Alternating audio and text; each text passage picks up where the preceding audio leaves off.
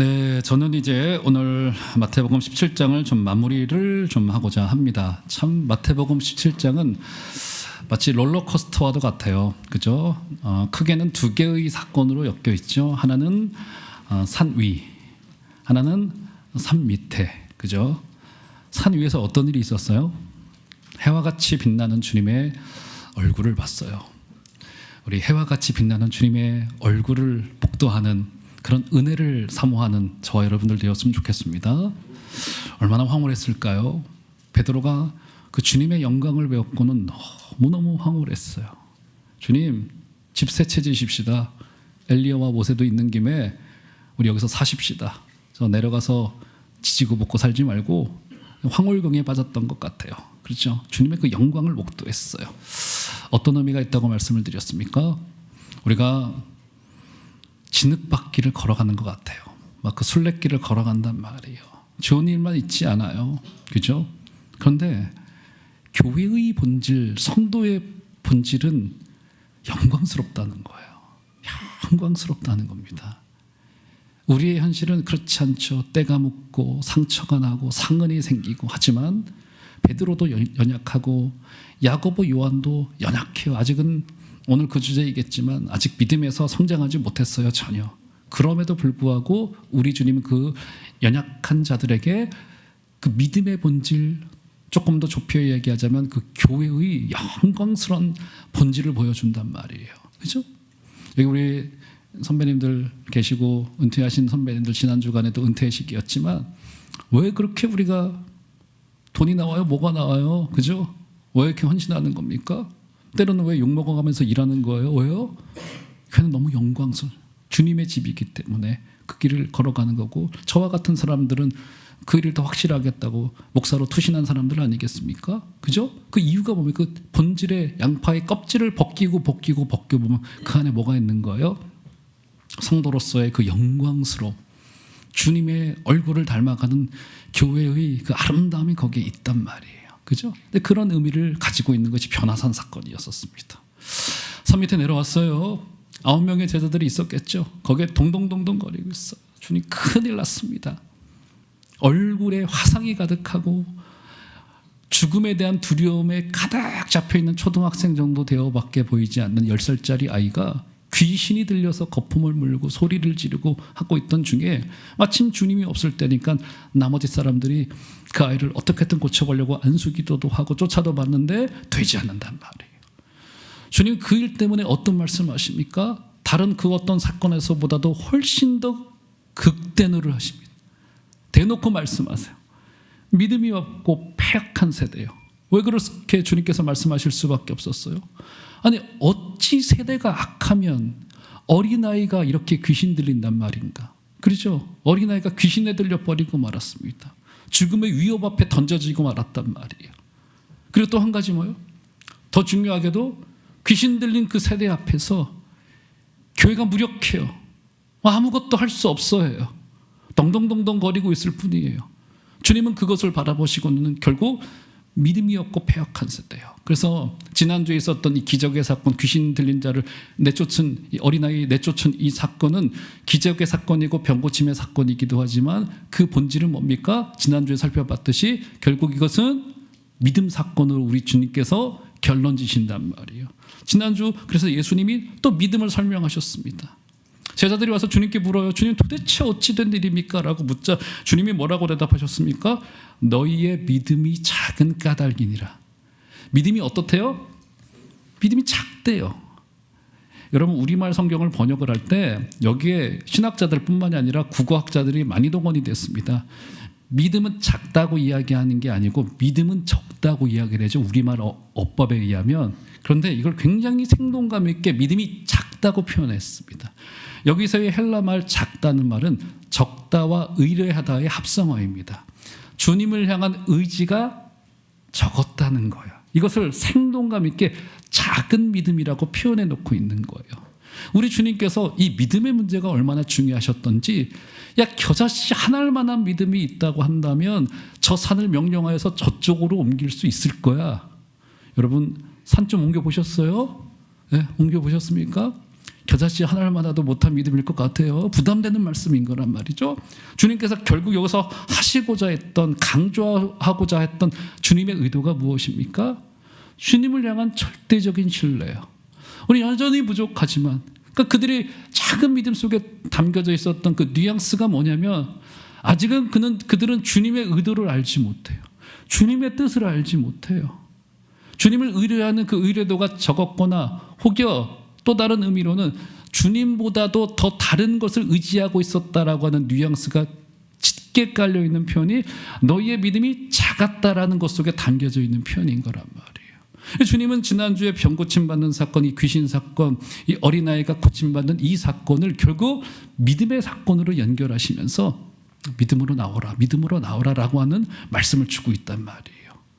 자, 그러시면서 오늘 여러분들에게는 조금 낯선 본문입니다. 오늘 본문이.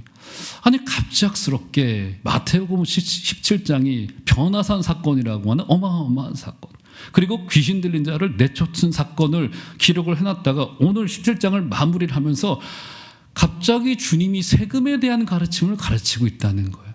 물론 가르치실 수 있죠. 그리고 결론에서 나오다시피 당연히 세금을 내야 되죠. 주님도 세금을 내셨고 우리도 세금을 내셨고, 성전세든 또 주님이 성전세 사건에서 국세와 지방세로 주님께서 확장하여 일반화시켜서 가르치신단 말이에요. 가르치시지 않으실 것은 없지만 지금 이 시점은 우리 주님이 십자가 달리시기 약 한 달 전쯤이 됐습니다. 그 정도라고 한다면 주님도 십자가의 길을 준비해야 되고 굉장히 중대하게 가르치실 것이 분명히 있으실 텐데, 약간 주님의 가르침이 좀 한가하게 들린단 말이에요. 그렇죠? 아니, 무슨 이 굉장히 주님이 예루살렘으로 돌아가서 십자가를 지셔야 되는 이 아주 결정적이고 중요한 시점에 왜 우리 주님께서는 왜 여기서 세금을 가르치셨을까? 그들의 논쟁을 피하지 아니하시고, 야, 성전세, 국세, 우리 관세까지 다 낼 거야 라고 주님 말씀하시면서 결국 오늘 27절에 보면 기적의 사건으로 세금을 내신단 말이에요. 그러면 전체의 흐름하고 맞아 보이지 않은 이 본문 속에서 제가 좀 고민을 했습니다. 많은 목사님들이 마태복음 강의를 하셨는데 마태복음 17장의 이 관세 논쟁, 이 성전세 논쟁에 관한 본문을 설교하지 않고 지나가시는 목사님들이 많으셨더라고요. 많았습니다. 아마 저와 같은 고민이었을 거예요.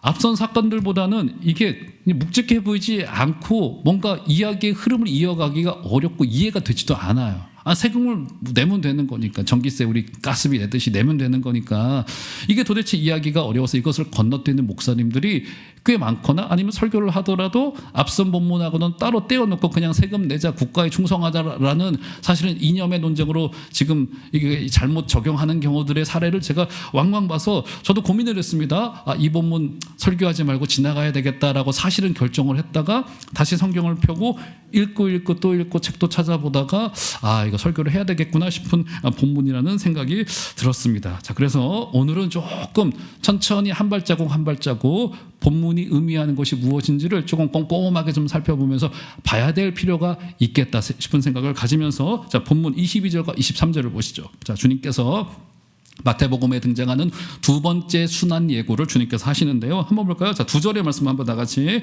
한 소리로 좀 읽도록 하겠습니다. 시작. 갈릴리에 모일 때 예수께서 제자들에게 이르시되 인자가 장차 사람들의 손에 넘겨져 죽임을 당하고 제3일에 살아나리라 하시니 제자들이 매우 근심하더라. 이것이 마태복음에 등장하고 있는 주님의 두 번째 직접적인 십자가 순환 예고다, 이렇게 볼 수 있습니다. 여기 굉장히 언어가 굉장히 다양한데요. 22절 다시 한번 눈을 더 보시면 인자가 장차 사람들의 손에 어떻게 되겠다고 합니까? 넘겨지겠대요. 1차의 순환 예고와는 조금 달라요. 조금 더 구체적이고 조금 더 좁혀서 이야기를 합니다. 주님은 사람들의 손에 의하여 넘겨지게 되어지죠. 그죠? 누가 주님을 그러면 넘깁니까? 로마 당국에 누가 배신하게 됩니까? 가룟 유다의 배신을 구체적으로 주님께서 언급하기 시작하셨다는 거예요. 지금 그것을 알 수 있고요. 게다가 여기서 넘겨져라고 하는 이 말은요, 소위 이 이스라엘 사람들, 히브리인들의 의식 세계 속에 담겨져 있는, 소위 학자들은 이것을 신적 수동태라고 표현을 합니다. 신적 수동태. 이 말이 무슨 말이냐면, 참 요즘 전쟁 나는 거 보면 참 우리 한국 사람들도 대단하고 무섭지만 이스라엘 사람들이 무서워요. 뭐 좋은 의미든 나쁜 의미든 이 보통 아닙니다. 지금 이 전쟁이 지금 끝없이 지금 치닫고 있고 굉장히 공포스럽고, 그죠? 우리가 사람이 사람을 한 사람 두 사람만 죽여도 무서워하고, 우리나라에 뭐 연쇄 살인범이 일어나면 무서워하는데 뭐 미사일 한 발로 뭐 수백 명이 한꺼번에 죽는데 우리도 눈 하나 깜짝 안 하고 있는 걸 보면 뭐 대단하다는 생각도 드는데, 이스라엘이 어쨌든 좋은 의미든 나쁜 의미든 대단합니다. 근데 그들의 의식 세계가 좀 독특한 그들만의 것이 있는데, 그 중에 하나가 뭐냐면 이 신적 수동태라고 하는 의식인데, 이게 무엇이냐면, 신적 수동태라고 하는 말이 무슨 말이냐면, 넘겨져 속에 담겨져 있는 의미는 무엇이냐면, 예수님에게 배신이 일어나게 될 것인데 이것이 하나님의 뜻에 의하여서 일어날 일이라고 하는 뉘앙스가 깊게 깔려있는 표현이 넘겨지게 될 것이다라고 하는 표현이에요. 자, 우리의 주님의 순환 예고 속에는 우리는 성자 예수님의 중대한 결심, 첫 번째로는, 더불어서 성부 하나님의 확고한 뜻이라고 하는 의미가 이 속에 담겨져 있는 거예요. 주님이 넘겨져라고 하는 말 속에 담겨져 있는 굉장히 중대한 의미라고 하는 거예요. 그러니까 이 일은 될 일이고 일어나야 될 일이고 일어나야만 될 일이라고 하는 사실, 성부의 아주 신적인 결심과 더불어서 성부 하나님의 섭리에 의한 창세 전부터의 주님의 구원 계획이 이제 와서 확정되어지고 드러나게 되어지고 나타나게 될 것이다라고 하는, 이것은 이루어질, 우리의 구원은 이루어질 일이라는 사실을 강조하고 있는 거란 말이에요. 자, 이렇게 주님의 언어는 굉장히 단호했고 분명했고, 이제 이 길을 나는 갈 거야, 이렇게 지금 이야기를 하신 건데, 오늘 본문 23절 볼까요? 제자들의 반응은 어떻습니까? 17장 23절을 보시면, 죽임을 당하고 제3일에 살아나리라 하시니 제자들이 어떻게 했대요? 매우 낙담합니다. 매우 근심합니다. 주님이 부활하시게 될 것이다라는 말은 귀퉁에도 들려오지 않았던 것 같아요. 제자들은 매우 근심하게 되었다고 여기서 기록해 놓고 있어요. 매우 크게 낙심했어요. 저는 이 본문을 읽는데 제자들도 근심했지만 저는 참 의문이 가면서도 개인적으로는 참 뭐라고 해야 될까요? 미스테리하고요. 한마디로는, 한뜻으로는. 한쪽으로는 굉장히 이 본문만을 놓고 봤을 때는 조금 너무 실망스러워요. 무려 제자들은 3년 동안을 주님과 동고동락했습니다. 먹고 마셨어요. 제자 훈련했죠. 기도 훈련했죠. 기적을 맛봤죠. 하늘의 은혜를 맛봤죠. 기적을 봤어요. 오병이어의 기적도 봤고요. 주님의 뜻의 가르침을 받았죠. 그러죠. 3년 동안을 제자 훈련하고 먹고 마시고 주님과 한 호흡을 하면서 주님의 곁에 있었지만, 지금 제자들은 주님을 따라다니면서 보였던 그들의 그 믿음의 정체가 도대체 뭐냐는 거예요. 주님이 공생애의 사역을 하시면서 가장 결정적인 이 순간에 제자들은 주님의 뜻을 알 수 없을 뿐만 아니라 주님의 뜻을 반대하는 이런 표현을 하면서, 도대체 그러면 제자들이 지금까지 주님을 따라다니면서 보였던 그들의 열정, 그들의 전도, 그들의 기적 사건, 본질적으로 그들이 가지고 있었던 이 믿음이라는 정체가 뭐냐는 거예요. 도대체 이 신앙이 뭐냐는 거예요. 신앙이 도대체 뭐냐는 거야. 그렇죠? 믿음 없음이, 그러니까 주님도 지난주에서도 겨자씨보다도 더 작은 믿음이라고 하는 것에서 담겨져 있듯이, 믿음 없음에 너무 전형의 모습을 보여주고 있는 것 속에서 한편으로는 굉장히 미스테리하면서도 한편으로는 실망스럽기도 하고, 비추어서 생각을 해보면 우리가 과연 가지고 있는 신앙이라고 하는 것, 교회 생활이라고 하는 것, 믿음이라는 것을 우리가 껍질을 한두 번 벗겨놓고 보면은 우리가 가지고 있는 믿음이라고 하는 정체가 무엇일까? 제가 지난주에도 그래서 말씀드렸잖아요. 믿음에서 우리의 열정, 우리의 열심, 우리의 경험, 죄송하지만 우리의 진정성조차도 그 믿음의 본질일 수 없다고 말씀을 드렸잖아요. 지금 제자들의 그 믿음의 한가운데에서 실패되어졌던 것이 무엇입니까? 주님과의 교제, 주님과의 교류, 주님과의 영적인 교통이 사실은 자신의 딱딱한 껍데기 속에서 다 튕겨나가 버리고 만 거예요. 사랑하는 종합제일교회 귀한 성도 여러분, 우리가 말씀을 열고 기도할 때마다 우리 하늘 문이 열려달라고 기도하는 것처럼 저와 여러분들의 마음의 문이 열려지게 되어지고 인생의 문이 열려지게 되어져서 내 전제를 강화시키는 것이 우리의 신앙이 아니라, 우리를 그 누굽니까? 욥과도 같이 주님 저를 적신에서 태어나게 하셨사오니, 제가 적신이라는 게 뭡니까? 붉은 몸이잖아요. 그러니까 발가벗은 몸으로 제가 주님 앞에 서겠습니다라는 고백을 가지시고 오늘 제게 말씀하여 주시옵소서. 오늘 제게 지도하여 주시옵소서라고 하는 은혜를 가지시고 날마다 기도의 자리로 나가서 저와 여러분들의 경건을 훈련하게 되시는 은혜가 있기를 주의 이름으로 축원드립니다. 제자리여 실패했어요. 자신들의 제자들은 주로 이념이었었습니다. 야, 우리가 로마에 이렇게 당하고 있을 민족이 아닌 거잖아. 우리가 이렇게 외세의 침략에 의하여서 당하고 있을 민족이 아닌 거잖아. 메시아가 오시면 다 뒤엎을 거야 라고 하는 잘못된 기대를 가지고 주님을 접근하였다가 주님이 나는 죽게 될 거야 라고 하는 말 속에 충격을 받고 그들이 근심하게 된 것이라는 사실을 봤을 때, 사랑하는 성도 여러분, 믿음에서 하나님의 뜻을 알아가는 것이 가장 중요하다는 사실을 기억하시고 날마다 주님의 음성을 듣기를 사모하시고 성경을 펼 때마다 그분이 말씀하여 주시기를 사모하시는 여러분들 다 되어주시길 주의 이름으로 축원드립니다. 자, 그러면서 오늘 이 흐름 속에서 바로 성전세 논쟁이 이어지게 되는 거란 말이에요. 지금 무슨 말이냐면 이게 흐름에 맞아 보이지 않은 성전세 논쟁이 사실은 제자들의 믿음 없음 속에 담겨져 있었던 본질이 무엇인지를 드러내려고 하고 있었던 가르침이었다는 사실을 우리가 놓쳐서는 이것이 단순히 세금 내자, 뭐 국세살 내자, 국가에 충성하자라고 하는 말 정도의 좁은 의미로만 멈춰지게 될 수 있다라고 하는 거예요. 자, 그러면 오늘 논쟁의 사건으로 한번 들어가 보시죠. 본문 24절 한번 보시면, 자, 황당한 사건으로부터 시작이 되어집니다. 24절 한번 다 같이 한번 한 소리로 좀 24절 읽도록 하겠습니다. 시작. 가버나움에 이르니 반세겔 받는 자들이 베드로에게 나와 이르되 너의 선생은 반세겔을 내지.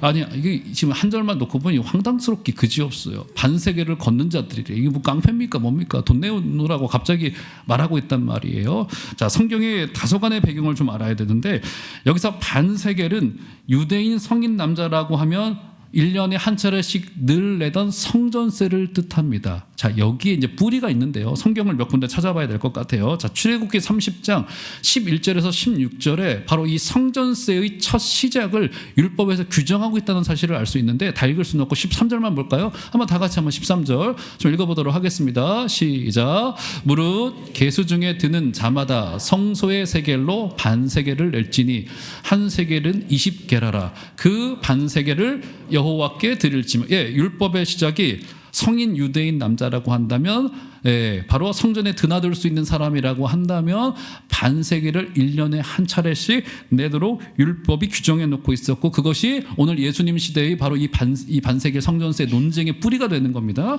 자, 그런데 이 출애굽기를 30장을 여러분들이 나중에 좀 읽어보시면 이 성전세는 당시에는 성전세라고 불리지 않았었어요. 이 개념은 무엇이었냐면 속전의 개념이었습니다. 속전이라고 하는 말은 히브리 말로 코페르라고 하는 말인데, 죄를 덮다, 죄를 이렇게 누르다라고 하는 뜻을 가지고 있습니다. 즉 대속의 성격을 띠고 있는 거예요. 그래서 재미있는 것은 출애굽기 30장의 이 속전의 개념을 보면은 부자나 가난한 자나 동일하게 모두가 다 반세겔을 내도록 했습니다. 이게 굉장히 의미심장해요. 왜냐하면 다른 제사법에서는 가난한 자들을 향한 배려가 있었어요. 가난한 자들은 산세나 비둘기로 제사를 드릴 수 있도록 배려를 해놓았으나 이 속전의 개념이었던 성전세에서만큼은 부자나 가난한 자나 동일하게 전부 다 반세겔, 지금 돈으로 하면 약 한 20만 원 정도 됩니다. 노동자 이틀 지품 싸기였었어요. 1년에 한 차례씩 무조건 내도록 규정해 놓고 있습니다. 그 의미가 뭘까요? 생명을 위한 구원, 영혼의 가치는 모두에게나 다 동일하다는 의미를 가지고 있는 것이 바로 이 속전의 개념이었던 성전세의 뿌리가 되었단 말이에요. 자, 이것이 역사가 흘러오면서 조금 더 강화되기 시작을 합니다. 느헤미야 10장에 보면 바벨론 포로에서 되돌아왔던 백성들이 성전에 필요한 비품을 마련하기 위하여서 그때 속전의 반세겔을 성전세의 개념으로 드리기 시작했다는 기록이 느헤미야 10장 정도에 등장하고 있어요. 나중에 성경을 찾아보세요. 다 찾을 수가 없어요. 그리고 이 전통이 발전하여서 예수님 시대로까지 이어지게 되어졌고, 그래서 예수님 시대 때는 6월절 약 한 달 전부터 열흘 동안 각 지역에 흩어져 살아가고 있는 이스라엘 백성들이 에게 세금 징수원을 보내서 반세겔씩을 유대인 성인 남자라고 한다면 전부 다 20만 원씩 반세겔씩 내도록 했던 것이 예수님 시대의 전통이었었습니다. 그러니까 오늘 본문에서 24절 다시 보세요. 반세겔 받는 자들이라고 하는 것은 가버나움 지역의 바로 성전세의 세금 징수원들을 뜻하는 것이라고 볼 수 있을 것 같아요. 그래서 그렇게 성전세를 내도록 했다라고 하는 것입니다. 그래서 그 사람이 와서 베드로에게 뭘 물어요? 너의 선생은 왜 반세겔을 안 내시느냐? 이렇게 물어요. 그러니까 베드로가 뭐라고 대답합니까? 내신다. 걱정하지 마세요. 낼 겁니다. 라고 대답을 하고는 주님께 찾아갔습니다. 한 집에 들어갔는데 그것은 아마 베드로의 집으로 추정할 수 있어요. 들어갔더니 주님께서 먼저 아시고 오늘 본문의 요절과도 같은 25절 굉장히 중요해요. 25절에 관한 답을 주고 계세요. 한번 볼까요? 25절 한번 다 같이 오늘 본문 17장 25절 한번 읽어보도록 하겠습니다. 시작. 이르되 내신다 하고 집에 들어가니 예수께서 먼저 이르시되 내 생각은 어떠하냐? 세상 임금들이 누구에게 관세와 국세를 받느냐? 자기 아들에게냐 타인에게냐? 예, 주님이 세금 논쟁으로 이어가시는 것만 같단 말이에요. 게다가 성전세 논쟁을 25절에 보시면 주님은 이것을 일반 국세와 관세로 확장시키고 계시고 일반화시키고 계십니다. 근데 이것을 설명하시면서 25절에 다시 한번 눈을 더 보시겠어요? 여기 굉장히 중요한 두 가지의 개념으로 설명하고 있습니다. 첫 번째 등장하고 있는 개념이 뭐냐면 세상 주권자, 세상 임금의 개념, 세상 주권자의 개념이 등장하고요. 또 한 가지 등장하고 있는 것은 아버지와 아들의 개념으로 이 세금을 설명하시려고 하고 계세요. 그죠? 자, 첫 번째 뭐라고요? 세상 주권자의 개념. 25절에 보니까 세상 임금은 관세와 국세를 걷어들이는 자들이야.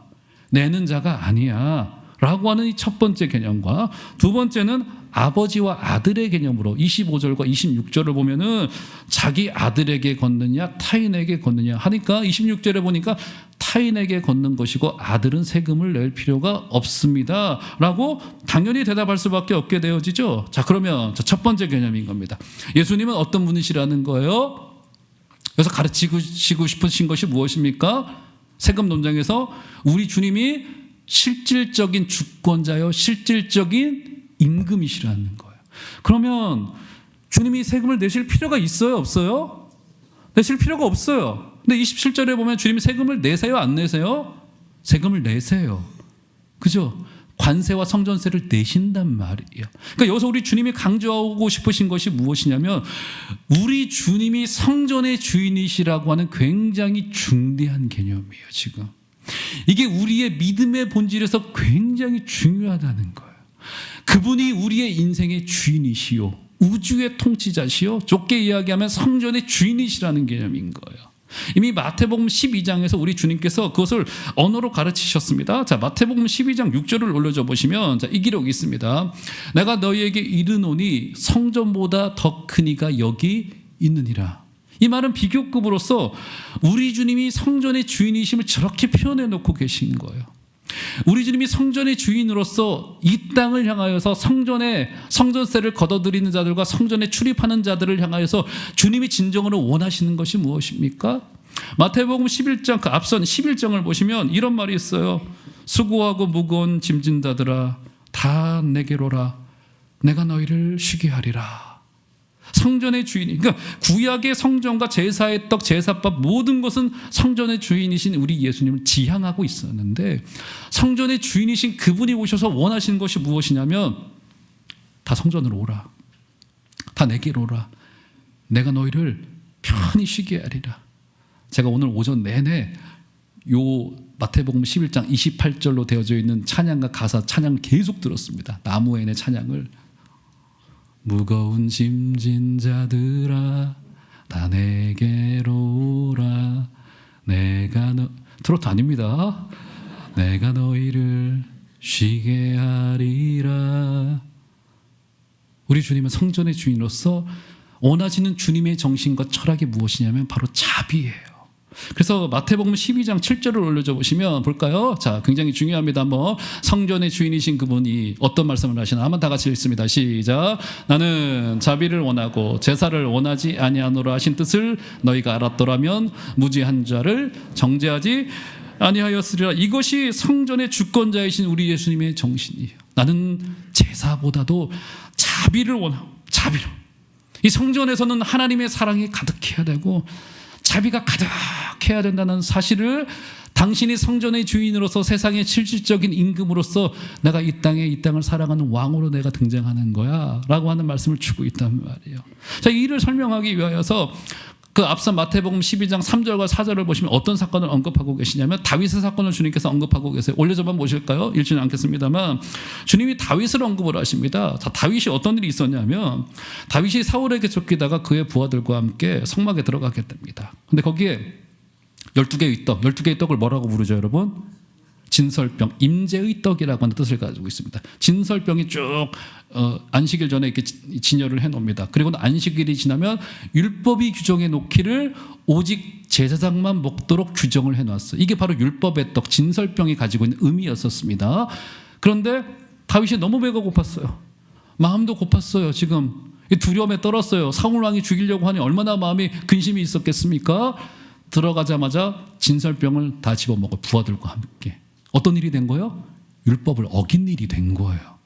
그런데 성경도 그렇고 예수님도 그렇고 이 사건에 대하여 다윗이 잘못했다고 그 어디에서 이야기하지 않습니다. 그러시면서 주님이 내가 성전의 주인이다. 나는 자비를 원한다라고 말씀하고 계시단 말이에요.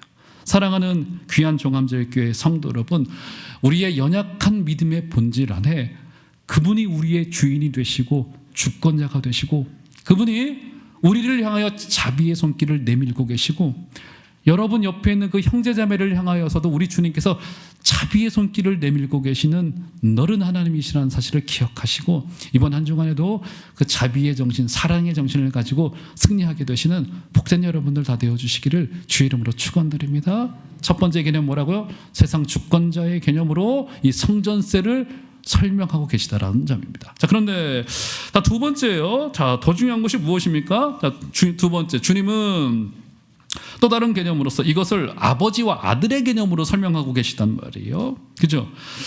아버지로서의 임금은 아들에게 세금을 내게 합니까? 안 내게 합니까? 왕정시대 때. 아들은 세금을 낼 필요가 있어요? 없어요? 없어요. 지금 아들로 대표되어지는 이 베드로조차도 세금을 전혀 낼 필요가 없습니다. 왜냐하면 그리스도인들은 성도들은 신앙 안에서 모든 것이 자유하기 때문에. 그런데 27절에서 세금을 내요 안 내요? 베드로도 내죠. 주님과 함께 한 세겔을 걷어서 반 세겔씩 성전 진손에게 낸단 말이에요. 그죠? 어쨌든 아들은 아버지에게 세금을 낼 필요가 없어요. 그러니까 지금 주님은 작은 믿음을 가진 제자들에게 아버지와 아들의 개념으로 이 믿음을 설명하고 있단 말이에요. 이것이 작은 믿음을 가지고 있었던 이 뭡니까? 이 제자들의 마음속에 있었던 잃어버리고 있었던 본질이었단 말이에요. 우리 주님은 곳곳에서 아버지와 아들의 개념으로 그 믿음을 설명하십니다. 자, 대표적인 경우를 볼까요? 주님이 특별히 기도를 가르치실 때 그런 경우가 많으셨는데, 자, 마태복음 7장을 올려줘 보시면 여기 기도를 가르치실 때 아버지와 아들의 개념으로 설명을 하십니다. 제가 읽어볼게요. 너희 중에 누가 아들이 떡을 달라 하는데 돌을 주며 생선을 달라 하는데 뱀을 줄 사람이 있겠느냐. 자, 11절 굉장히 은혜로운데요. 한번 다 같이 한번 11절 읽습니다. 시작. 너희가 악한 자라도 좋은 것으로 자식에게 줄 줄 알거든 하물며 하늘에 계신 너희 아버지께서 구하는 자에게 좋은 것으로 주시지 않겠느냐. 굉장히 중요한 기도에 관한 근거가 여기에 등장하게 됩니다. 기도에 있어서 신앙에 있어서도 마찬가지예요. 아버지와 아들이라는 관계의 개념이에요. 여러분, 기도는 기계 조작, 기법의 문제, 혹은 저도 이제 그런 언어를 가끔 활용을 하는데 기도의 능력도 신앙과 기도에서 본질이 아니에요. 이제 여기 이제 그 교단에서 오신 분들도 계신데 이제 우리 교단에 이제 큰 교단 중에 하나가 오순절 교단이에요. 기도를 강조하지 않습니까? 엄청나게 기도를 강조합니다. 거기 가끔 가보면 가끔 거친 목사님들이 이 방언도 못하면 피가 더럽다고 막 이런 설교를 어렸을 때 들었던 기억도 나는데 그럴 정도로 기도에 대한 강조를 많이 하는데 기도의 능력의 차원으로 이야기를 한단 말이에요. 기법의 차원으로. 그래서 오순절 교단 같은 경우가 굉장히 기도 때문에 자유로울 것 같은데 교회 분위기가 은근히 율법적입니다. 굉장히 신비해요. 뭐가 놓쳐지고 있는 거예요? 잘못하면 아버지와 아들과의 관계라는 것을 놓치게 되면 기도마저도 율법이 되어지게 됩니다. 그래서 본문은 우리에게 이해하기 쉽게 부모와 자녀와의 관계로 기도 응답에 관한 이야기를 하고 있단 말이에요. 이게 정확한 내용인 거예요. 생각을 해보면 정말 우리가 자녀들을 생각해보면 정확합니다. 지금 이제 막내가 커가지고 저보다 키가 더 커졌지만 우리 처음 왔을 때 조그만 초등학교 3학년이지 않았었습니까? 초등학교 3학년, 4학년, 5학년 그때 우리나라에서 어떤 일이 있었냐면 이 마블에서 영화를 만들어가지고 애들의 마음을 저도 재밌었지만 막 혹하기 쉽게 만들었습니다. 얼마나 장사를 잘하던지 마블하고 레고하고 또 협업을 해가지고 오직 레고만 그 마블에 관계된 그 완구품을 만들도록 했단 말이에요. 근데 애들이 너무너무 좋아해요. 특히 우리 아들 진짜 좋아했습니다. 그래서 마트에 레고 매장을 지나갈 때마다 그 앞에 이렇게 가만히 망부석처럼 서서 그걸 쳐다보고 있습니다. 일종의 시위죠. 가만히 쳐다보고 있어요. 그래서 생일 때 사달라고 해서 이거 조그만 거 하나에 몇만 원씩 가요. 이렇게 큰 거는 막 몇십만 원까지 갑니다. 이거 너무 비싸잖아요. 그래서 생일 때 선물로 사주곤 했으면 조그만 거 하나씩 사줬단 말이에요. 사줬는데 아직 내년 생일 10개월 남았는데 10개월로 생일치 땡겨서 미리 사달라고 내년 생일 안 받겠다고 이런단 말이에요. 근데 그 지금 레고 다 어디 갔는지도 모르겠어요. 지금 다 커가지고 다 모아가지고 우리 교회 부목사님 누구한테 제가 줬던 기억 하나 지금 어디 있는지도 몰라요. 지금 그런단 말이에요. 내년 거 땡겨달라고. 그렇죠? 가만히 있어요. 왜 이럴까? 왜 이래요? 왜 이래요? 그럴 수 있죠. 왜요? 아버지니까, 아빠니까. 이거예요, 바로. 기도 응답은 우리의 신앙은 우리의 요구에 대한 하나님의 결제가 아닙니다. 여러분 회사에서는요, 제가 회사 생활을 안 해봤지만 회사는 뻔하겠죠. 사업의 수익성을 따집니다. 환경을 살펴봐요. 이 사업을 이룰 수 있는 능력이 우리에게 되는지를 따져보겠죠. 그렇죠? 그리고는 결제를 합니다. 그리고는 지급이 되겠죠. 세정이. 이거예요.